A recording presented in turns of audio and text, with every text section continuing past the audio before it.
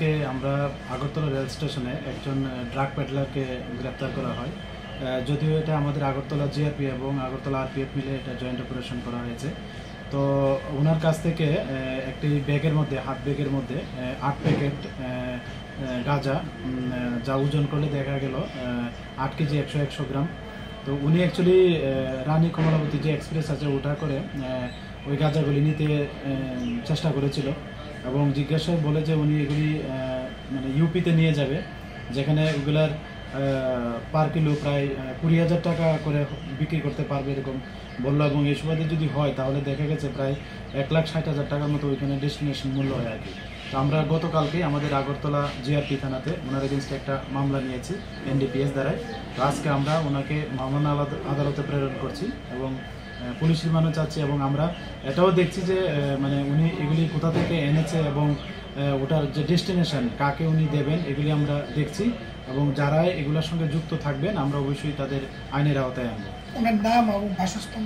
আচ্ছা, ওনার নাম জিজ্ঞেস করলে বলে ওনার নাম ইমামউদ্দিন, বয়স 58-র আশেপাশে এবং উনি চাপড়া জেলার অন্তর্গত বিহারে আর কি।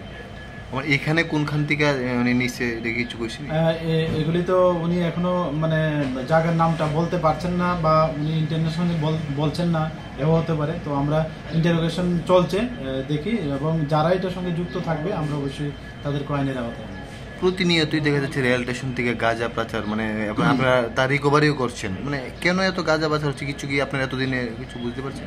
দেখুন, এটা আপনাদের মাধ্যমে আমরা অনেকবার বলেছি, যারাই মানে এটাকে করিডোর হিসেবে ব্যবহার করার চেষ্টা করবে আমরা অবশ্যই তাদের আইনের আওতায় আনবো। এবং আমরা এই লক্ষ্য নিয়ে আমরা আগরতলা জিআরপি, আরপিএফ এবং আমাদের বিএসএফ এবং আমাদের যে আরও সিস্টার এজেন্সি আছে আমরা সব মিলিয়ে কাজ করছি। এবং কিছুদিন আগে আমাদের যে ডগ স্কোয়াড আরপিএফের ওনারাও এসছেন।